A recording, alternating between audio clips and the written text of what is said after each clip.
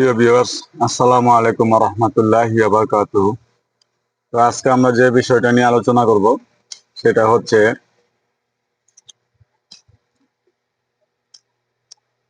দুর্দশাগ্রস্ত ব্যক্তির দোয়া।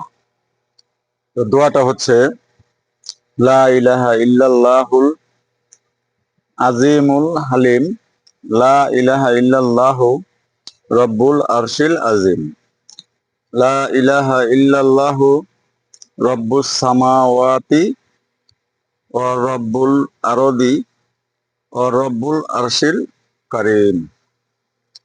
তো প্রিয় ভিউয়ার্স, এর অর্থ হচ্ছে আল্লাহ ছাড়া কোনো উপাস্য নেই, তিনি মহান ও সহনশীল। আল্লাহ ছাড়া কোনো উপাস্য নেই, তিনি মহান আরশের রব। আল্লাহ ছাড়া কোনো উপাস্য নেই, তিনি আসমান সমূহের রব, জমিনের রব এবং সম্মানিত আরশের রব। ইবনু আব্বাস রাদিয়াল্লাহু আনহু থেকে বর্ণিত, রাসূলুল্লাহ বিপদ বা কষ্টের সময় এই কথাগুলো বলতেন। আলী রাদিয়াল্লাহু তাআলা আনহু থেকে বর্ণিত, আলী রাদিয়াল্লাহু তাআলা আনহু বলেন, রাসূলুল্লাহ সাল্লাল্লাহু আলাইহি ওয়াসাল্লাম আমাকে কোনো কষ্ট বা বিপদে পড়লে উপরের এই দোয়া পড়তে শিখিয়েছেন। এখানে আমরা দেখছি যে এই দোয়া মূলত শুধুমাত্র জিকর, এখানে কোনো দোয়া নেই, কিন্তু আল্লাহর স্মরণের মাধ্যমে তার কাছে আত্মসমর্পণ করেই দোয়া করা হচ্ছে। তো প্রিয় ভিউয়ার্স, আমি অনেক তাড়াহুড়া করে বলেছি, তো আপনারা একটু মনোযোগ সহকারে শুনবেন আর দোয়াটা শিখে রাখবেন, ভবিষ্যতে উপকারে আসবে।